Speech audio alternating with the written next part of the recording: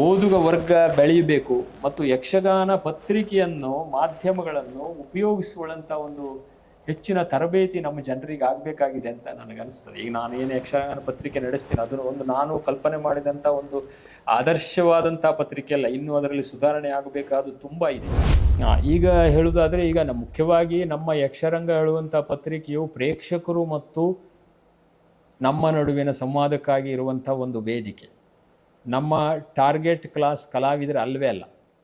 ನಮ್ಮ ವಿಮರ್ಶೆಯನ್ನು ಓದಿ ಕಲಾವಿದರು ತಮ್ಮನ್ನು ತಾವು ತಿದ್ದುಕೊಳ್ಳುತ್ತಾರೆ ಎನ್ನುವ ದೃಷ್ಟಿಯಿಂದ ನಾವು ಯಾವುದನ್ನು ಬರೆಯಲೂ ಇಲ್ಲ. ಒಂದು ಪ್ರಜ್ಞಾವಂತ ಪ್ರೇಕ್ಷಕರ ಒಂದು ವರ್ಗವನ್ನು ಹುಟ್ಟು ಹಾಕುವಲ್ಲಿ ಯಕ್ಷರಂಗ ಯಶಸ್ವಿಯಾಗಿದೆ ಅಂತ ಹೇಳಿದುಕೊಳ್ಳೋದಕ್ಕೆ ನನಗೆ ಹೆಮ್ಮೆ ಇದೆ. ವೈಭವದ ವಕಾಲತ್ತು ಬಿಟ್ಟು ಈ ಬಡಪಾಯಿಯ ಪತ್ರಿಕೋದ್ಯಮ ನಿಮಗೆ ಯಾಕೆ ಅಂತ ಕೇಳುವರು. ಒಬ್ಬರು ಕೇಳಿದರು ನನಗೆ, ನೀವು ಜೀವನೋಪಾಯಕ್ಕಾಗಿ ಇಂಥದ್ದೆಲ್ಲ ಮಾಡ್ಕೊಂಡ್ರೆ ಆಗೋದಿಲ್ಲ ಅಂತ ಹೇಳಿದ್ರು. ಆಗ ನಮ್ಮ ಜೊತೆಯಲ್ಲಿದ್ದವರು ಹೇಳಿದ್ರು, ಇಲ್ಲ ಇವರಿಗೆ ತೋಟ ಮನೆಯೆಲ್ಲ ಉಂಟು.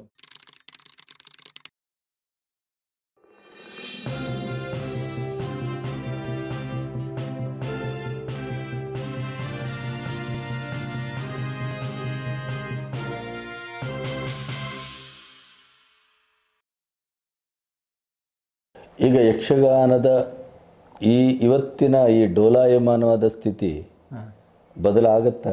ಬದಲಾವಣೆ ಜಗದ ನಿಯಮ ಅಂತ ಹೇಳ್ತಾರೆ.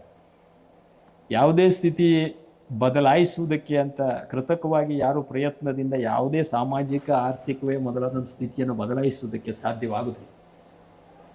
ಆದರೆ ಯಾವುದೋ ಒಂದು ಘಟನೆ ನಡೆದು ಇಡೀ ಜೀವನದ ಸಮಾಜದ ವಿನ್ಯಾಸ ಬದಲ. ಉದಾಹರಣೆ ಕೊರೋನಾ.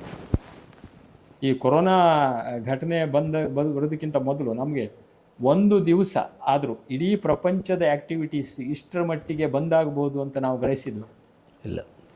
ಆಯ್ತಲ್ಲ, ಅದಕ್ಕಿಂತ ಮೊದಲು ನಾವು ಹೇಳಿದರೆ ಇಡೀ ದೇಶದಲ್ಲಿ ಒಂದು ದಿವಸ ಯಾವ ಚಟುವಟಿಕೆ ಇರೋದು. ದಿಲ್ಲಿಯಲ್ಲಿ ಬೊಂಬಾಯಿ ಮತ್ತು ದೆಹಲಿಯ ಒಂದು ದಿವಸದ ಮಟ್ಟಿಗೆ ಒಂದು ವೆಹಿಕಲ್ ಓಡಾಡೋದಿಲ್ಲ ಅಂತ ಹೇಳಿದರೆ ಅವನನ್ನು ಹುಚ್ಚ ಅಂತ ಹೇಳ್ತೀವಿ. ಹೌದು, ಆಯ್ತಲ್ಲ ಘಟನೆ. ಈಗ ಸಾಮಾಜಿಕ ವಿಪ್ಲವಗಳು ಒಳ್ಳೆಯ ಮತ್ತು ಕೆಟ್ಟ ಎರಡೂ ಬೆಳವಣಿಗೆಯನ್ನು ತರ್ತವೆ. ಅದರಿಂದ ಈ ಬದಲಾವಣೆಗಳು ಮುಂದೆ ಬರ್ಬೋದು ಅಂತ ನಾವು ಆಶಾವಾದಿಗಳಾಗ್ಬೋದು. ಕ್ರಮೇಣ ಎಲ್ಲವೂ ಆದಮೇಲೆ ಮನುಷ್ಯರಿಗೆ ವಾಸ್ತವದ ಅರಿವಾಗ್ಬೋದು. ಈಗ ಯೂಟ್ಯೂಬ್ ಆಯಿತು, ಮತ್ತೊಂದಾಯಿತು, ಫೇಸ್ಬುಕ್ ಆಯಿತು, ಎಲ್ಲ ಆದಮೇಲೆ ಕ್ರಮೇಣ ನಿಧಾನವಾಗಿ ಜನ ಸಮುದಾಯ ನಿಜವಾದದ್ದು ಯಾವುದು ಎನ್ನುವುದರ ಅನ್ವೇಷಣೆಯಲ್ಲಿ ಈಗಾಗಲೇ ತೊಡಗಿದ್ದಾರೆ ಅಂತ ನಮಗನ್ನಿಸ್ತದೆ. ನೀವು ಯಾವುದೇ ಕ್ಷೇತ್ರದಲ್ಲಿ ನೋಡಿ, ಈಗ ಆರೋಗ್ಯ ಕ್ಷೇತ್ರದಲ್ಲಿ ಎಲ್ಲಿ ಆಯುರ್ವೇದ ಇದೆ, ನೇಚರ್ ಫ್ರೆಂಡ್ಲಿ ಎಲ್ಲಿದೆ ಅಂತ ಹುಡುಕುವುದಕ್ಕೆ ಜನ ಪ್ರಾರಂಭ ಮಾಡಿದ್ದಾರೆ. ಹಳ್ಳಿಗಳಲ್ಲೂ ವಾಕಿಂಗ್ ಶುರುವಾಗಿದೆ. ಹೌದು. ಆಮೇಲೆ ಗಾಣದ ಎಣ್ಣೆಯನ್ನು ಶುರು ಮಾಡಿದ್ದಾರೆ. ಹಾಗೆ ಇನ್ನು ಪ್ರೇಕ್ಷಕರು ತಮಗೆ ಮೋಸ ಹೋಗ್ತಾ ಇದ್ದೇವೆ ತಾವು ಅಂತ ಯಾವತ್ತು ಜಾಗೃತರಾದ ಮೇಲೆ ನಿಜವಾದ ಸಾಂಪ್ರದಾಯಿಕ ಯಕ್ಷಗಾನವನ್ನೇ ಬಯಸುವ ಒಂದು ವರ್ಗ ತಯಾರಾಗಬಹುದು. ಆವಾಗ ಯಕ್ಷಗಾನಕ್ಕೆ ಹಿಡಿದಂಥ ಈ ವ್ಯಾಧಿ ಬಿಡಬಹುದು ಅಂತ ನಾವು ಸಕಾರಾತ್ಮಕವಾಗಿ ವಿಚಾರ ಮಾಡಬಹುದು. ಯಕ್ಷರಂಗದ ಈ ಚಿಂತನೆ ಎಷ್ಟರ ಮಟ್ಟಿಗೆ ಸಾಮಾಜೀಕರಣಗೊಂಡಿದೆ, ಸಾಂಸ್ಕೃತಿಕರಣಗೊಂಡಿದೆ? ಸಾಮಾಜಿಕ ಅಂತಂದರೆ ನಾವು ನಮ್ಮ ಮಿತಿಯಲ್ಲಿ ಅದನ್ನು ಮಾಡ್ತಾ ಇದ್ದೇವೆ. ನಾವು ಯಕ್ಷರಂಗ ಪತ್ರಿಕೆಯನ್ನು ಪ್ರಾರಂಭ ಮಾಡಿ ಅದನ್ನು ನಡೆಸಿದ ಮೇಲೆ ಇದು ಒಂದು ಕೇವಲ ಪತ್ರಿಕೆ ಅಲ್ಲ. ಪತ್ರಿಕೆಯ ಜೊತೆಯಲ್ಲಿ ನಮ್ಮ ಯಕ್ಷರಂಗವನ್ನು ನಡೆಸುವಂಥ ಯಕ್ಷಲೇಖೋ ಎನ್ನುವಂಥ ಒಂದು ಸಂಸ್ಥೆ, ಸಾಂಸ್ಕೃತಿಕ ಸಂಸ್ಥೆ, ಹಲವು ಯಕ್ಷರಂಗ ಪತ್ರಿಕೆಯ ಯಾವ ಧೋರಣೆಗೆ ಅನುಗುಣವಾಗಿ ಪ್ರಾರಂಭ, ಅದೇ ಧೋರಣೆಗೆ ಅನುಗುಣವಾಗಿ ಅನೇಕ ರಚನಾತ್ಮಕ ರಂಗ ಚಟುವಟಿಕೆಗಳು ನಮ್ಮ ಮಿತಿಯಲ್ಲಿ ನಾವು ಮಾಡ್ಕೊಂಡು ಬಂದಿದ್ದೇವೆ. ಸ್ವಲ್ಪ ವಿವರ ಹೇಳಿ. ವಿವರ ಅಂತಂದರೆ ನಾವು 2011ರಲ್ಲಿ ಕಡತೋಕ ಭಾಗವತರ ನಿಧನ ಆದಮೇಲೆ ನಾವು 5 ದಿವಸಗಳ ಯಕ್ಷರಂಗೋತ್ಸವವನ್ನು 2018ರವರೆಗೆ ನಾವು ಮಾಡ್ಕೊಂಡು ಬಂದಿದ್ದೇವೆ. 17ರವರೆಗೆ ಆ ಯಕ್ಷರಂಗೋತ್ಸವದ 5 ದಿವಸದಲ್ಲಿ ನಾವು ಗೋಷ್ಠಿ ಕಮ್ಮಟಗಳನ್ನು ನಡೆಸಿದ್ದೇವೆ. ಬೇರೆ ಬೇರೆ ರೀತಿಯ ಪ್ರಯೋಗಗಳಿಗೆ ಅವಕಾಶ ಕೊಟ್ಟಿದ್ದೇವೆ. ಒಟ್ಟಾರೆಯಾಗಿ ಕೇವಲ ಜನಪ್ರಿಯ ಪ್ರದರ್ಶನಗಳನ್ನಷ್ಟೇ ಅಲ್ಲ, ಮಕ್ಕಳ ಪ್ರದರ್ಶನ, ಮಹಿಳಾ ಪ್ರದರ್ಶನ, ಬೇರೆ ಬೇರೆ ಪ್ರದೇಶದ ಒಳ್ಳೊಳ್ಳೆಯ ಸಂಘಟನೆಗಳ ಪ್ರದರ್ಶನ ಇವುಗಳನ್ನು ಮಾಡಿದ್ದೇವೆ. ಮತ್ತು ಬಹಳ ಮುಖ್ಯವಾಗಿ ನಾವು ಹೇಳಬೇಕು ಅಂದರೆ ಸೋಂದಾ ಕೃಷ್ಣ ಭಂಡಾರಿಯವರ ಯಕ್ಷಗಾನ ಕೈಪಿಡಿಯ ಮೇಲೆ ನಾವು 5 ದಿವಸಗಳ ದಾಖಲೀಕರಣವನ್ನು ಮಾಡಿದ್ದೇವೆ. ಸಂಜೀವ್ ಸ್ವರ್ಣರು, ಕೆಪ್ಪೆಕೆರೆ ಭಾಗವತರು, ಹೊಸತೋಟರು ಎಲ್ಲ ಬಂದು ಯಕ್ಷಗಾನದ ಪ್ರಥಮ ಕೈಪಿಡಿ ಎಂಬ ಒಂದು ಹೆಗ್ಗಳಿಕೆ ಪಾತ್ರವಾದ ಈ ಕೃಷ್ಣ ಭಂಡಾರಿಯವರ ಕೈಪಿಡಿಯ ಮೇಲೆ ನಾವು ಒಂದು 5 ದಿವಸಗಳ ಪರ್ಯಂತ ನಾವು ಅದರ ಬಗ್ಗೆ ಚಿಂತನೆ ನಡೆಸಿ ಅದರ ವಿಡಿಯೋ ಇವತ್ತಿಗೂ ಲಭ್ಯ ಇದೆ. ಹೀಗೆ ನಾವು ಪತ್ರಿಕೆ ಅಂದರೆ ಕೇವಲ ಲೇಖನವನ್ನು ಬರೆಯುವುದಷ್ಟೇ ಅಲ್ಲ, ಅದಕ್ಕೆ ಪೂರಕವಾದ ರಂಗ ಚಟುವಟಿಕೆಗಳನ್ನು ಕೂಡ ನಾವು ಹಮ್ಮಿಕೊಳ್ತಾ ಬಂದಿದ್ದೇವೆ. ಅದು ನಮ್ಮ ಒಂದು ಮಿತಿಯಲ್ಲಿ ನಾವು ಅದನ್ನು ಮಾಡಬೇಕಾಗ್ತದೆ. ಅದನ್ನು ವಿಸ್ತಾರವಾಗಿ ಮಾಡದಂಥವರು ಕೂಡ ಇದ್ದಾರೆ. ಮತ್ತು ಹಾಗೆ ಮಾಡುವಂಥವರಿಗೆ ನಾವು ವಿಶೇಷವಾಗಿ ಅವರೊಟ್ಟಿಗೆ ಸಂಪರ್ಕವಿಟ್ಟುಕೊಂಡು ಅಂತಹ ಸಂಘ ಸಂಸ್ಥೆಗಳನ್ನು ಗುರುತಿಸಿ ಗೌರವಿಸುವ, ನಮ್ಮ ಪ್ರೋತ್ಸಾಹಿಸುವಂಥ ಕೆಲಸಗಳನ್ನು ನಾವು ಮಾಡ್ತಾ ಬಂದಿದ್ದೇವೆ. ಉದಾಹರಣೆಗೆ ಕೆರೆಮನೆಯ ಶ್ರೀಮಯ್ಯ ಕಲಾಕೇಂದ್ರದಲ್ಲಿ ನಡೆಯುವಂಥ ಚಟುವಟಿಕೆಗಳಾಗಿರ್ಬೋದು, ಸಿರಿಬಾಗಿಲು ರಾಮಕೃಷ್ಣ ಮಯ್ಯನವರ ಒಂದು ಸಿರಿಬಾಗಿಲು ಪ್ರತಿಷ್ಠಾನದವರ ಕಾರ್ಯಕ್ರಮಗಳಾಗಿರ್ಬೋದು, ಸಂಜೀವ್ ಸುವರ್ಣರವರ ಯಕ್ಷಗಾನ ಕಲಾಕೇಂದ್ರ ಅವರ ಕಲಿಕೆ, ಇಂಥ ಹಲವಾರು ಸಂಘ ಸಂಸ್ಥೆಗಳು ಏನು ರಚನಾತ್ಮಕವಾಗಿ ಕೆಲಸಗಳನ್ನು ಮಾಡ್ತಾ ಇದ್ದೆ ಅವುಗಳನ್ನು ನಾವು ಗುರುತಿಸಿ ನಮ್ಮ ಒಂದು ಮಿತಿಯಲ್ಲಿ ಅವರನ್ನು ಪ್ರೋತ್ಸಾಹಿಸುವ ಕೆಲಸವನ್ನು ನಾವು ಇಲ್ಲಿವರೆಗೆ ಮಾಡಿದ್ದೇವೆ. ಇದಕ್ಕೆ ಹೇಗೆ ಇದು ಆರ್ಥಿಕ ಇದೆಲ್ಲ ಆರ್ಥಿಕ ಪ್ರಶ್ನೆಯ ಸಂದರ್ಭ ಬಂದಾಗ ಹೇಳುವುದಾದರೆ ನಮಗೆ ಪ್ರೋತ್ಸಾಹಗಳು ಇದೆ ಅಂತಲೂ ಹೇಳ್ಬೋದು, ಇಲ್ಲ ಅಂತಲೂ ಹೇಳ್ಬೋದು. ನಮ್ಮ 3 ಜಿಲ್ಲೆಗಳ ಉತ್ತರ ಕನ್ನಡ, ಶಿವಮೊಗ್ಗ ಜಿಲ್ಲೆ ಮತ್ತು ಉಡುಪಿ ಜಿಲ್ಲೆಯ ಗ್ರಾಮೀಣ ಪ್ರದೇಶದ ಜನರೇ ನಮಗೆ ಶ್ರೀರಕ್ಷೆ. ಅವರು ಶ್ರೀಮಂತ ಪ್ರಾಯೋಜಕರು ಅಲ್ಲ, ಅವರು ಕೇವಲ ಪುಕ್ಕಟೆ ಓದುವವರು ಅಲ್ಲ. ಅವರು ಯಕ್ಷಗಾನದ ನಿಜವಾದ ಕಾಳಜಿಯುಳ್ಳಂಥ ಒಂದು ಪ್ರೇಕ್ಷಕ ಓದುಗ ಸಮುದಾಯವೇ ನಮ್ಮ ಶ್ರೀರಕ್ಷೆ. ಅವರ ಮೂಲಕ ಈ ಪತ್ರಿಕೆ ನಡೀತಾ ಇದೆ ಅಂತ ಹೇಳ್ಬೋದು. ಸೊ ನಮ್ಮ ಜಿಲ್ಲೆಯ ಒಳಗಡೆ ಈ ಪ್ರಯತ್ನಕ್ಕೆ 20 ವರ್ಷ ಆಗಿದೆ. ಎಷ್ಟರ ಮಟ್ಟಿಗೆ ಮಾನ್ಯತೆ? ನಮ್ಮ ಜಿಲ್ಲೆಯಲ್ಲಿ ಇದಕ್ಕೆ ಈ ಪ್ರಯತ್ನಕ್ಕೆ ಮಾನ್ಯತೆ ಸಿಗಲಿಲ್ಲ ಅಂತ ನಾನು ಹೇಳುವುದಕ್ಕೆ ಸಾಧ್ಯ ಇಲ್ಲ. ಈಗ ಪತ್ರಿಕೆ, ಲೇಖನ ಬರೆಯುವುದು, ಸಂಶೋಧನೆ, ಇಂಥ ಬೌದ್ಧಿಕ ಚಟುವಟಿಕೆಗಳಿಗೆ ಜನರಿಗೆ ರಂಜನೆ ಕೊಡುವಂಥ ಯಕ್ಷಗಾನ ಆಟಗಳಿಗೆ ಸಿಕ್ಕಟ್ಟು ಪ್ರೋತ್ಸಾಹ ಸಿಗಬೇಕು ಅಂತ ನಾವು ನಿರೀಕ್ಷೆ ಮಾಡೋದಕ್ಕೆ ಬರೋದು. ಎಲ್ಲ ಕಾಲಕ್ಕೂ ಇಂಥ ಒಂದು ಚಟುವಟಿಕೆಗಳೇ ಸಿಕ್ಕದ್ದಷ್ಟೇ. ಆ ಮಟ್ಟಿನಲ್ಲಿ ವಿಚಾರ ಮಾಡೋದಾದರೆ ಪ್ರಾರಂಭದಲ್ಲಿ ಯಕ್ಷಗಾನ ಪತ್ರಿಕೆಯನ್ನು ಮಾಡುವಾಗ ನನಗೆ ಯಾವ ಆತಂಕ ಇತ್ತು ಅದು ಇವತ್ತಿಲ್ಲ. ನಾವು ಮಾಡುವಂಥ ಚಟುವಟಿಕೆಗಳಿಗಿರಲಿ, ನಮ್ಮ ಇದಕ್ಕೆ ಉತ್ತರ ಕನ್ನಡ ಅಂತಲ್ಲ ಎಲ್ಲ ಜಿಲ್ಲೆಗಳಿಂದಲೂ ನಮಗೆ ಒಳ್ಳೆಯ ಪ್ರೋತ್ಸಾಹ ಇದೆ. ಈಗ ಶಿವಮೊಗ್ಗ ಜಿಲ್ಲೆಯಲ್ಲಿ, ಉಡುಪಿ ಜಿಲ್ಲೆಯಲ್ಲಿ, ಉತ್ತರ ಕನ್ನಡ ಜಿಲ್ಲೆಯಲ್ಲಿ ನಮಗೆ ಒಳ್ಳೆಯ ರೀತಿಯಿಂದ ನಮ್ಮನ್ನು ಎಲ್ಲರೂ ಪ್ರೋತ್ಸಾಹಿಸಿದೆ. ಇನ್ನು ಓದುಗ ವರ್ಗ ಬೆಳೆಯಬೇಕು ಮತ್ತು ಯಕ್ಷಗಾನ ಪತ್ರಿಕೆಯನ್ನು, ಮಾಧ್ಯಮಗಳನ್ನು ಉಪಯೋಗಿಸುವಂಥ ಒಂದು ಹೆಚ್ಚಿನ ತರಬೇತಿ ನಮ್ಮ ಜನರಿಗೆ ಆಗಬೇಕಾಗಿದೆ ಅಂತ ನನಗನ್ನಿಸ್ತದೆ. ಈಗ ನಾನು ಏನು ಯಕ್ಷಗಾನ ಪತ್ರಿಕೆ ನಡೆಸ್ತೀನಿ ಅದನ್ನು ನಾನು ಕಲ್ಪನೆ ಮಾಡಿದಂಥ ಒಂದು ಆದರ್ಶವಾದಂಥ ಪತ್ರಿಕೆ ಅಲ್ಲ. ಇನ್ನೂ ಅದರಲ್ಲಿ ಸುಧಾರಣೆ ಆಗಬೇಕಾದ್ದು ತುಂಬ ಇದೆ. ಆದರೆ ಯಕ್ಷಗಾನ ಎಷ್ಟು ಮಟ್ಟಿಗೆ ಸುಧಾರಣೆ ಆಗಿದೆ ಅಷ್ಟರ ಮಟ್ಟಿಗೆ ಅದಕ್ಕೆ ಸಂಬಂಧಪಟ್ಟಂಥ ಪತ್ರಿಕೆ ಇರುವುದಕ್ಕೆ ಸಾಧ್ಯ ಅಲ್ವಾ? ಹೌದು. ಈ ಯಕ್ಷಗಾನದ ಕಲಾವಿದರು ಮತ್ತು ಸಂಘಟನೆಗಳು, ಮೇಳಗಳು ಸಾರ್ವಜನಿಕರಿಗೆ ಏನು ಪ್ರೋತ್ಸಾಹಿಸ್ತಾ ಇದ್ದಾರೆ, ಸಾರ್ವಜನಿಕರ ನಿಮ್ಮೊಟ್ಟಿಗೆ ಎಷ್ಟು ನಿಂತಿದ್ದಾರೆ, ಇವೆಲ್ಲ ನಮ್ಗೆ ಅರ್ಥ ಆಯಿತು. ಈ ಒಳಭಾಗ ಅಂದರೆ ಯಕ್ಷಗಾನ ಕಲಾವಿದರು, ಯಕ್ಷಗಾನ ಸಂಘಟನೆ, ಯಕ್ಷಗಾನದ ಮನೆತನಗಳು, ಈ ಥರದವರೆಲ್ಲ ಎಷ್ಟು ಮಟ್ಟಿಗೆ? ಈಗ ಹೇಳುವುದಾದರೆ ಈಗ ಮುಖ್ಯವಾಗಿ ನಮ್ಮ ಯಕ್ಷರಂಗ ಹೇಳುವಂಥ ಪತ್ರಿಕೆಯು ಪ್ರೇಕ್ಷಕರು ಮತ್ತು ನಮ್ಮ ನಡುವಿನ ಸಂವಾದಕ್ಕಾಗಿ ಇರುವಂಥ ಒಂದು ವೇದಿಕೆ. ನಮ್ಮ ಟಾರ್ಗೆಟ್ ಕ್ಲಾಸ್ ಕಲಾವಿದರು ಅಲ್ಲವೇ ಅಲ್ಲ. ನಮ್ಮ ವಿಮರ್ಶೆಯನ್ನು ಓದಿ ಕಲಾವಿದರು ತಮ್ಮನ್ನು ತಾವು ತಿದ್ದುಕೊಳ್ಳುತ್ತಾರೆ ಎನ್ನುವ ದೃಷ್ಟಿಯಿಂದ ನಾವು ಯಾವುದನ್ನು ಬರೆಯಲೂ ಇಲ್ಲ. ನಂಬಿಕೆಗಿಂತಲೂ ನಮ್ಮ ಉದ್ದೇಶ ಅದಲ್ಲ. ಹಾಗೆಂತ ಕಲಾವಿದರಲ್ಲಿ ಅನೇಕ ಜನ ನಮ್ಮ ಪತ್ರಿಕೆಯ ಓದುಗರಿದ್ದಾರೆ. ಮುಖ್ಯವಾಗಿ ಕಲಾ ಸಂಸ್ಥೆಗಳು ನಮ್ಮನ್ನು ಓದಿ ಪ್ರೋತ್ಸಾಹಿಸುವಂಥವರಿದ್ದಾರೆ. ಕಲಾವಿದರಲ್ಲಿ ನಮ್ಮ ಓದುಗರ ಸಂಖ್ಯೆ ತುಂಬ ಕಡಿಮೆ ಇದೆ ಅಂತ ನಾನು ಹೇಳ್ತೇನೆ. ಆದರೆ ಪ್ರೇಕ್ಷಕರಲ್ಲಿ ಸಾಕಷ್ಟು ಇದ್ದಾರೆ. ಕಳೆದ 20 ವರ್ಷಗಳಲ್ಲಿ ಒಂದು ಪ್ರಜ್ಞಾವಂತ ಪ್ರೇಕ್ಷಕರ ಒಂದು ವರ್ಗವನ್ನು ಹುಟ್ಟುಹಾಕುವಲ್ಲಿ ಯಕ್ಷರಂಗ ಯಶಸ್ವಿಯಾಗಿದೆ ಅಂತ ಹೇಳಿದುಕೊಳ್ಳೋದಕ್ಕೆ ನನಗೆ ಹೆಮ್ಮೆ ಇದೆ, ಧನ್ಯತೆ ಇದೆ. ಅವರ ಸಂಖ್ಯೆ ಎಷ್ಟಿದೆ ಅಂತ ನಾನು ಹೇಳುವುದಿಲ್ಲ. 20 ವರ್ಷದಿಂದ ನಿರಂತರವಾಗಿ ಪತ್ರಿಕೆಯನ್ನು ಓದಿದರೆ ಅಥವಾ ಒಂದೊಮ್ಮೆ ಅವನು ಓದುಗನಲ್ಲದೆ ಹೋದರೂ ಆ 20 ವರ್ಷದ ಸಂಚಿಕೆಗಳು ಅಷ್ಟನ್ನು ಇಟ್ಟುಕೊಂಡು ಅವನು 240 ಸಂಚಿಕೆಗಳನ್ನು ಇಟ್ಟುಕೊಂಡು ಓದಿದರೆ ಅವನು ಯಕ್ಷಗಾನವನ್ನು ನೋಡುವ ರೀತಿ ಬದಲಾಗ್ತದೆ, ಯಕ್ಷಗಾನವನ್ನು ಸ್ವೀಕರಿಸುವ ರೀತಿ ಬದಲಾಗ್ತದೆ ಎನ್ನುವ ಆತ್ಮವಿಶ್ವಾಸ ಉಂಟು. ಈ ವಿಂಶತಿ ಅಂತ ಏನಾದರೂ ಮಾಡ್ತೀರಾ? ಹೌದು, ಈ ಬಾರಿ ನಾವು ಪ್ರತಿ ವರ್ಷದಂತೆ ಈ ವರ್ಷ ಕೂಡ ಯಕ್ಷರಂಗೋತ್ಸವವನ್ನು 2 ದಿವಸ ಮಾಡ್ತಾ ಇದ್ದೇವೆ. ಕಳೆದ 2 ವರ್ಷಗಳಿಂದ ಕಡತೋಕದಲ್ಲಿ ಅದನ್ನು ಮೊದಲು ಹಳದಿಪುರದಲ್ಲಿ ಮಾಡ್ತಾ ಇದ್ದೆವು, ಈಗ ಕಡತೋಕದಲ್ಲಿ ನಾವು ಅದನ್ನು ಮಾಡ್ತಾ ಇದ್ದೀವಿ. ಈ ಸಾರಿ ವಿಂಶತಿ 20ನೇ ವರ್ಷದ ಯಕ್ಷರಂಗೋತ್ಸವ ಅಂತ ಮಾಡಬೇಕು ಅಂತುಂಟು. ಅದರ ರೂಪುರೇಷೆಯನ್ನು ಇನ್ನೂ ನಾವು ಸಿದ್ಧಪಡಿಸಬೇಕಾಗಿದೆ.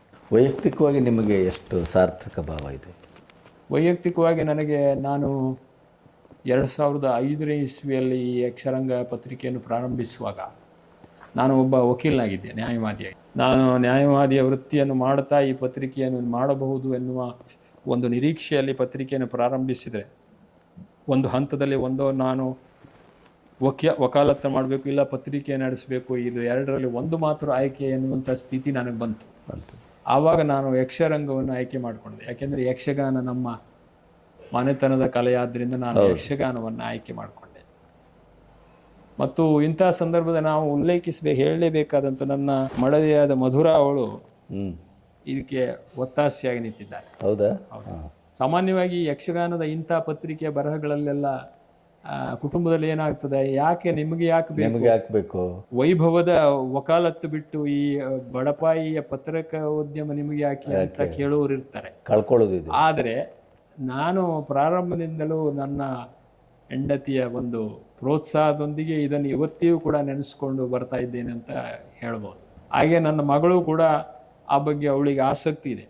ಅವಳು ಕೂಡ ಹೇಳ್ತಾ ಇರ್ತಾಳೆ, ಅವಳು ನನ್ನ ಪತ್ರಿಕೆಯಲ್ಲಿ ಬಂದಂಥ ಲೇಖನಗಳು, ಅದರ ಕ್ವಾಲಿಟಿಗಳು, ಅದರಲ್ಲಿ ಬರಬೇಕಾದಂಥ ವಿಚಾರಗಳು, ಬರಬಾರ್ದಂಥ ವಿಚಾರ, ಇಂಥವ್ರು ಕೂಡ ನನ್ನಲ್ಲಿ ಚರ್ಚೆಯಲ್ಲಿ ಅವರು ತೊಡಗಿರ್ತಾರೆ. ಇದರಿಂದ ನನಗೆ ನನ್ನ ಬರವಣಿಗೆಯಲ್ಲಿ ಒಂದು ಸಮತೋಲನವನ್ನು ಕಾಪಾಡಿಕೊಳ್ಳುವುದಕ್ಕೆ ಸಾಧ್ಯವಾಗಿದೆ ಅಂತ ಭಾವಿಸ್ತೇನೆ. ನಿಮ್ಮ ಭಾಗವತಿಗೆ, ಹಾಡುಗಾರಿಕೆ ಇತ್ಯಾದಿ ಎಲ್ಲ ಎಲ್ಲಿವರೆಗೆ ಬರ್ತಾ ಇದೆ? ಹೇಗೆ ಚಾಲ್ತಿಯಲ್ಲಿದೆ? ನಾನು ಯಕ್ಷಗಾನದ ಭಾಗವತಿಕೆಯನ್ನು ಕಳೆದ 4-5 ವರ್ಷಗಳಲ್ಲಿ ಹವ್ಯಾಸಿ ಮಟ್ಟದಲ್ಲಿ ನಮ್ಮದೇ ಆದಂಥ ಒಂದು ತಂಡ ಇದೆ. ಆ ತಂಡದಲ್ಲಿ ನಾವು ತಾಳಮದ್ದಲೆಗಳನ್ನೆಲ್ಲ ಮಾಡ್ತೇವೆ. ನಾವು ನಮ್ಮ ಮನೆಯಲ್ಲಿ ಹೊಸ ಮನೆ ಕಟ್ಟಾದ್ಮೇಲೆ ತಾಳಮದ್ದಲೆಗಾಗಿ ಒಂದು ವೇದಿಕೆಯನ್ನು ಮಾಡಿದ್ದೇನೆ. Very good. ಆ ವೇದಿಕೆಯಲ್ಲಿ ಪ್ರತಿ ತಿಂಗಳು 1 ವರ್ಷ ನಾನು ಮಾಡಿದೆ. ಪ್ರತಿ ತಿಂಗಳು ಒಂದು ತಾಳಮದ್ದಲೆ ನಮ್ಮ ಎಲ್ಲ ಸ್ನೇಹಿತರನ್ನು ಪ್ರತಿ ತಿಂಗಳು ಅದರಲ್ಲಿ ನಾನೇ ಭಾಗವತಿಕೆ ಮಾಡ್ತಾ ಇದ್ದೆ. ಭಾಗವತಿಕೆ ಬಗ್ಗೆ ನಾವು ವಿಶೇಷವಾಗಿ ಇಲ್ಲಿ PK ಹೆಗಡೆ ಹರಿಕೇರಿ ಅಂತಿದ್ದಾರೆ. ಅವರು ನಮ್ಮ ಧರ್ಮಶಾಲೆ ಮಹಾಬಲೇಶ್ವರ ಭಟ್ರ ಒಂದು ಬೆರಳುಳಿಕೆ ಪರಂಪರೆಯಲ್ಲಿ ಪರಿಣತಿಯನ್ನು ಸಾಧಿಸಿದಂತ ಮದ್ದಲೆಗಾರ. ಅವರ ಮದ್ದಲೆಯ ಸಾತ್ನೊಂದಿಗೆ ನಾವು ಪದ್ಯವನ್ನು ಹೇಳಲು ಸಾಮಾನ್ಯವಾಗಿರ್ತದೆ. ಬೇರೆಯವರು ಯಾರು ಬೆರಳುಳಿಕೆಯವರು ಈಗ ಇದ್ದಂಗೆ. ಹಾಗೆ ನಮ್ಮ ಅರ್ಥಧಾರಿಗಳು ಇದ್ದಾರೆ. ನಾವು ಗುಂಡುಬಾಳದಂಥ ಮೇಳಗಳಿಗೆ ನಾನು ಬೇಸಿಗೆಯಲ್ಲಿ ಒಂದು 4-5 ದಿವಸ ಹೋಗಿ ಪದ್ಯವನ್ನು ಹೇಳ್ತೇನೆ. ಅಂದರೆ ಕೇವಲ ಆತ್ಮಸಂತೋಷಕ್ಕಾಗಿ ನಾನು ಪದ್ಯವನ್ನು ಹೇಳ್ತೇನೆ, ಗೊತ್ತಾಯ್ತು. ಹೊರತು ಭಾಗವತನಾಗಬೇಕು ಅಂತಲಾಗಲಿ, ಭಾಗವತನಾಗಿ ಜನಪ್ರಿಯನಾಗಿ ಅದರಲ್ಲಿ ಒಂದು ಮಹತ್ವಾಕಾಂಕ್ಷಿಯಾಗಿ ಇಲ್ಲ. ನಾನು ಪದ್ಯವನ್ನು ಹೇಳ್ತೇನೆ ಮತ್ತು ಅದರಿಂದ ನನಗೆ ಆತ್ಮಸಂತೋಷ ಸಿಗ್ತಾ ಇದೆ ಅಂತ ಹೇಳ್ಬೋದು. ಸೊ ಮುಂದೆ ಏನು ಯೋಜನೆ? ಮುಂದಿನ ಯೋಜನೆ, ಯಕ್ಷರಂಗಕ್ಕೆ ಈಗ 20 ವರ್ಷ ಆಗಿದೆ. 25 ವರ್ಷದವರೆಗೆ ಇದನ್ನು ನಾನು ನಡೆಸ್ತೇನೆ ಅಂತ ಹೇಳ್ಬೋದು. 25ನೇ ವರ್ಷಕ್ಕೆ ಇದನ್ನು ನಾನು ಅಲ್ಲಿಗೆ ಸರಿಯಾಗಿ ನನಗೆ 60 ವರ್ಷ ಆಗ್ತದೆ. ಆಗ ನಾನು ಇದನ್ನು ನಡೆಸಬೇಕೋ ಮುಂದುವರಿಸಬೇಕೋ ಬೇಡವೋ ಎನ್ನುವುದನ್ನು ತೀರ್ಮಾನ ಮಾಡಿ, ನಮ್ಮ ಹಿತೈಷಿಗಳ ಸಮ್ಮುಖದಲ್ಲಿ ತೀರ್ಮಾನ ಮಾಡಿ, ಯಾರಾದರೂ ಉತ್ಸಾಹಿಗಳಿದ್ದರೆ ಅದನ್ನು ಮುಂದುವರಿಸಬಹುದು, ಅಥವಾ ತುಂಬ ಅನುಕೂಲ ಒದಗಿ ಬಂದರೆ ಮುಂದುವರಿಸಬಾರದು ಅಂತಲೇನಿಲ್ಲ. ಆದರೆ 25 ವರ್ಷದವರೆಗೆ ನಾನು ಎಷ್ಟೇ ಕಷ್ಟ ಆದರೂ ಅದನ್ನು ನಡೆಸಬೇಕು ಅಂತ ಮಾಡಿದೆ. ಇದರ ಸುಖ ದುಃಖ ಏನು ಈ 20 ವರ್ಷದಲ್ಲಿ? ನನಗೆ ತುಂಬ ದುಃಖ ಅಂತ ಅನಿಸೋದಿಲ್ಲ, ನನಗೆ ತುಂಬ ಆತ್ಮತೃಪ್ತಿ ಇದೆ ಇದರಲ್ಲಿ. ಒಬ್ಬರು ಕೇಳಿದರು ನನಗೆ, ನೀವು ಜೀವನೋಪಾಯಕ್ಕಾಗಿ ಇಂಥದ್ದೆಲ್ಲ ಮಾಡಿಕೊಂಡ್ರೆ ಆಗೋದಿಲ್ಲ ಅಂತ ಹೇಳಿದ್ರು. ಆಗ ನಮ್ಮ ಜೊತೆಯಲ್ಲಿದ್ದವರು ಹೇಳಿದ್ರು, ಇಲ್ಲ ಇವರಿಗೆ ತೋಟ ಮನೆಯೆಲ್ಲ ಉಂಟು ಅಂತ. ಈ ರೀತಿಯ ಎಷ್ಟೋ ಅಪಮಾನದ ಸಂದರ್ಭಗಳು ನನಗಾಗಿದೆ ಈ ಪತ್ರಿಕೆಯನ್ನು ಬೆಳೆಸುವ ಸಂದರ್ಭದಲ್ಲಿ. ಆದರೆ ಒಂದು ಒಳ್ಳೆಯ ಲೇಖನ ನಾವು ಪ್ರಕಟಿಸಿದಾಗ, ಅದನ್ನು ಪ್ರಕಟಿಸಿದಂಥ ಒಂದು ಆ ಕಲಾವಿದರು, ಸಾಧಕರು ತುಂಬ ಧನ್ಯತೆಯಿಂದ ನಮ್ಮನ್ನು ಸ್ಮರಿಸ್ಕೊಂಡ್ರೆ ಆವಾಗ ನಮಗೆ ಆ ಎಲ್ಲ ನೋವುಗಳು ನಮಗೆ ಸಾರ್ಥಕತೆ ಅಂತ. ನೋಡಿ, ಶುಂಠಿ ಭಟ್ರ ಸುಖದುಃಖ ಅಂತ ನಾನೊಂದು ಪತ್ರಿಕೆಯನ್ನು ಮಾಡಿದೆ, ಒಂದು ವಿಶೇಷ ಇದನ್ನು ಮಾಡಿದೆ, ಶುಂಠಿ ಭಟ್ರ ಸುಖದುಃಖ. ನಮ್ಮ ಪತ್ರಿಕೆ ವಿಶೇಷತೆ ಏನಂದರೆ, ದೊಡ್ಡ ಕಲಾವಿದರಿಗೆ ದೊಡ್ಡ ದೊಡ್ಡ ಮಾಧ್ಯಮಗಳಲ್ಲಿ ಅವರಿಗೆ ಪ್ರಚಾರ ಸಿಗುತ್ತೆ. ನಾವು ಯಾರಿಗೆ ದೊಡ್ಡ ಮಾಧ್ಯಮಗಳಲ್ಲಿ ಪ್ರಚಾರ ಸಿಗುವುದಿಲ್ಲ ಅಂಥ ಸಾಧಕರನ್ನು ಹುಡುಕಿ ಅವ್ರ ಬಗ್ಗೆ ಬರಿತೇವೆ. ಈ ಶುಂಠಿ ಭಟ್ರಿಯನ್ನವರು ಚಿಟ್ಟಾಣಿಯವರ ಒಡನಾಡಿಯಾಗಿ ಬಚ್ಚಗಾರ ಮೇಳವನ್ನು ನಡೆಸಿದಂಥ ಒಬ್ಬ ಸಾತ್ವಿಕ, ಒಬ್ಬ ಅವಧೂತ ಸ್ವರೂಪದ ಒಬ್ಬ ಕಲಾ ಸಂಘಟಕ. ಅವರು ನಮ್ಮ ಯಕ್ಷರಂಗವನ್ನು ಬೆಳೆಸುವಲ್ಲಿ ತುಂಬ ಪ್ರಯತ್ನ ಮಾಡಿದ್ರು.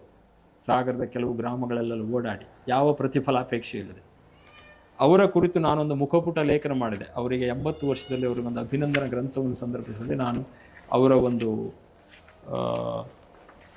ಸಂದರ್ಶನವನ್ನು ಹಾಕಿ ಆಗ ಶುಂಠಿ ಭಟ್ರಿಗಿಂತಲೂ ಅವರ ಅಭಿಮಾನಿಗಳು ಆ ಶಿವಮೊಗ್ಗ ಜಿಲ್ಲೆಯ ಅನೇಕ ಜನರು 20 ವರ್ಷದಿಂದ ಪತ್ರಿಕೆ ಓದ್ತಾ ಇದ್ರು. ಈ 20 ವರ್ಷದಿಂದ ನಾನು ಈ ಪತ್ರಿಕೆಗೆ ದುಡ್ಡು ಕೊಟ್ಟದ್ದು ಈ ಸಂಚಿಕೆಯಿಂದ ಸಾರ್ಥಕವಾಯಿತು ಅಂತ ಹೇಳಿದ್ರಲ್ಲ, ಆವಾಗ ನನಗೆ ಈ ಪತ್ರಿಕೆಯನ್ನು ಮಾಡುವುದರಲ್ಲಿ ನಾನು ಅನುಭವಿಸಿದ ನೋವುಗಳೆಲ್ಲ ನನಗೆ ಪರಿಹಾರ ಆಗಿದೆ. ಇಂಥ ಅನೇಕ ಘಟನೆಗಳು ನಡೆದಿವೆ.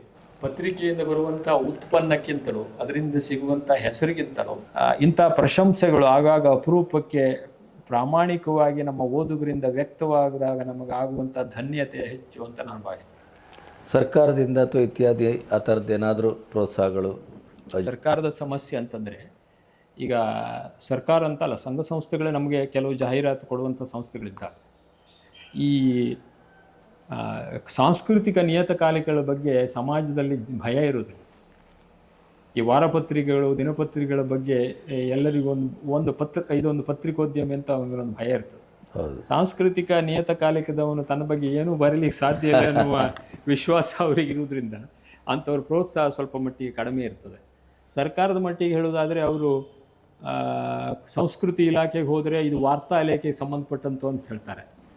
ವಾರ್ತಾ ಇಲಾಖೆಗೆ ಹೋದರೆ ಇದು ನೀವು ಸಂಸ್ಕೃತಿ ಇಲಾಖೆಗೆ ಹೋಗಿ, ಇದು ಸಂಸ್ಕೃತಿಗೆ ಸಂಬಂಧಪಟ್ಟಂಥ ಪತ್ರಿಕೆ ಅಂತ ಹೇಳ್ತಾರೆ. ಹಾಗಾಗಿ ಸಂಸ್ಕೃತಿ ಇಲಾಖೆ, ವಾರ್ತಾ ಇಲಾಖೆ ಎರಡೂ ಬದಿಯಿಂದಲೂ ನಾವು ಮಧ್ಯದಲ್ಲೇ ಅತಂತ್ರವಾಗಿ ನಮಗೆ ಸರ್ಕಾರದಿಂದ ವಿಶೇಷವಾದಂಥ ಯಾವುದೇ ಅನುದಾನವೂ ಕೂಡ ಈ ಪತ್ರಿಕೆಗೆ ಸಿಗೋದಿಲ್ಲ. ಆದರೆ ನಾವು ಯಕ್ಷಲೋಕ ಎಂಬ ಸಂಸ್ಥೆಯನ್ನು ಮಾಡಿದ್ದೇವೆ. ಆ ಸಂಸ್ಥೆಗೆ ನಾವು ನಡೆಸುವಂತಹ ಸಾಂಸ್ಕೃತಿಕ ಕಾರ್ಯಕ್ರಮಗಳು ಹಿಂದೆ ಅನುದಾನಗಳು ಬಂದಿದ್ದೆ. ಆ ಅನುದಾನದಲ್ಲಿ ನಾವು ಯಕ್ಷರಂಗೋತ್ಸವವನ್ನು ಮಾಡಿದ್ದೇವೆ, ಬೇರೆ ಬೇರೆ ಚಟುವಟಿಕೆಗಳನ್ನು ಮಾಡಿದ್ದೇವೆ. ಮತ್ತು ಅದರಲ್ಲಿ ಉಳಿದಂಥ ಹಣವನ್ನು ನಾವು ಯಕ್ಷರಂಗ ನಡೆಸುವುದಕ್ಕೆ ಬಳಸಿಕೊಂಡಂಥದ್ದು ಇದೆ. ಅದರಿಂದ ಸರ್ಕಾರದಿಂದ ಏನು ಪ್ರೋತ್ಸಾಹವೇ ಇಲ್ಲ ಅಂತ ನಾನು ಏನು ಭಾವಿಸುವುದಿಲ್ಲ. ಆದರೆ ಸಾಂಸ್ಕೃತಿಕ ನಿಯತಕಾಲಿಕೆಗಳಿಗೆ ಒಂದು ಪ್ರತ್ಯೇಕವಾದಂಥ ಅನುದಾನವನ್ನು ಕೊಡುವಂಥದ್ದನ್ನು ಸಂಸ್ಕೃತಿ ಇಲಾಖೆ ಮಾಡಬೇಕು ಅಂತ ನಾನು ನಿರೀಕ್ಷಿಸ್ತೇನೆ. ಯಾಕೆಂದರೆ ಅವಕ್ಕೆ ಆರ್ಥಿಕವಾದಂಥ ಒಂದು ಪ್ರೋತ್ಸಾಹ ಈ ಕಲಾವಿದರುಗಳಿಗೆ, ಕಲಾ ತಂಡಗಳಿಗೆ ಸಿಕ್ಕದಂಗೆ ಈ ಪತ್ರಿಕೆಗಳಿಗೆ ಸಿಗೋದಿಲ್ಲ. ನೋಡಿ, ದೇಶಕಾಲದಂಥ ಒಂದು ಸಾಹಿತ್ಯ ಪತ್ರಿಕೆ ನಿಂತೋಯ್ತು. ಅದು ಎಂಥ ಒಂದು ಅದ್ಭುತವಾದಂಥ ಪತ್ರಿಕೆ ಆಗಿತ್ತು ಅದು. ಹಾಗೆಯೇ ಸಾಂಸ್ಕೃತಿಕ ನಿಯತಕಾಲಿಕೆಗಳಿಗೆ ವಿಶೇಷವಾದಂಥ ಅನುದಾನ, ಪ್ರೋತ್ಸಾಹ ಸರ್ಕಾರದಿಂದ ಸಿಗಬೇಕು. ಅದಕ್ಕಾಗಿ ಸಾಹಿತಿಗಳು, ಪತ್ರಕರ್ತರು, ಸಂಸ್ಕೃತಿ ಕ್ಷೇತ್ರದಲ್ಲಿ ಕೆಲಸ ಮಾಡ್ತಾ ಇದ್ದವರೆಲ್ಲ ಸರ್ಕಾರವನ್ನು ಒತ್ತಾಯಿಸಬೇಕು ಅಂತ ನಾನು ವಿನಂತಿಸ್ತೇನೆ. ಈಗ ನಮ್ಮ ಯಕ್ಷರಂಗ ಪತ್ರಿಕೆಗೆ ಬೌದ್ಧಿಕ ಮಾರ್ಗದರ್ಶನ ಮಾಡಿದಂಥ ಹಿರಿಯ ವಿದ್ವಾಂಸರು ಕೂಡ ಇದ್ದಾರೆ. ನಾವು ಈ ಸಂದರ್ಭದಲ್ಲಿ ಅವರ ಒಂದು ಮಾರ್ಗದರ್ಶನವನ್ನು, ಅವರ ಒಂದು ಬೆಂಬಲವನ್ನು ನಾವು ಸ್ಮರಿಸಲೇಬೇಕಾಗ್ತದೆ. ಈ ಸಂದರ್ಭದಲ್ಲಿ ಡಾಕ್ಟರ್ ಎಂ ಪ್ರಭಾಕರ್ ಜೋಶಿ ಅವರು, ಹಾಗೆಯೇ ರಾಘವ ನಂಬಿಯಾರ್ ಅವರು, ಹಾಗೆಯೇ ಡಾಕ್ಟರ್ GL ಹೆಗಡೆ ಅವರು, ಡಾಕ್ಟರ್ GS ಭಟ್ ಸಾಗರ್ ಅವರು, ಆಮೇಲೆ ಡಾಕ್ಟರ್ ವಸಂತ ಭರದ್ವಾಜ್ ಅವರು, ಹಾಗೂ ಡಾಕ್ಟರ್ ಪಾದೇಕಲ್ಲು ವಿಷ್ಣು ಭಟ್ರು, ವಿದ್ವಾನ್ ಉಮಾಕಾಂತ್ ಭಟ್ರು, DS ಶ್ರೀಧರ್ ಅವರು, ಹಾಗೆ ಡಾಕ್ಟರ್ ಶಾಂತಾರಾಮ್ ಪ್ರಭು ನಿಟ್ಟೂರ್ ಅವರು, ಹೀಗೆ ಅನೇಕ ಜನ ಇದ್ದಾರೆ. ನಾವು ಎಲ್ಲರ ಹೆಸರನ್ನು ಹೇಳದೆ ಹೋದರು. ಪ್ರತಿಯೊಂದು ಸಂದರ್ಭದಲ್ಲಿ ಇವರು ಮುಖ್ಯವಾಗಿ ನಮಗೆ ಮಾರ್ಗದರ್ಶನ ನೀಡಿದರು. ಆಯಾಯ ಸಂದರ್ಭದಲ್ಲಿ ಬೇರೆ ಬೇರೆ ವಿದ್ವಾಂಸರು ಕೂಡ ನಮಗೆ ತುಂಬ ಮಾರ್ಗದರ್ಶನ ನೀಡಿದ್ದಾರೆ. ಅವರಿಗೆ ಯಕ್ಷರಂಗವು ತುಂಬ ಋಣಿಯಾಗಿದೆ ಅಂತ ಹೇಳಿ ಬಯಸ್ತೇನೆ.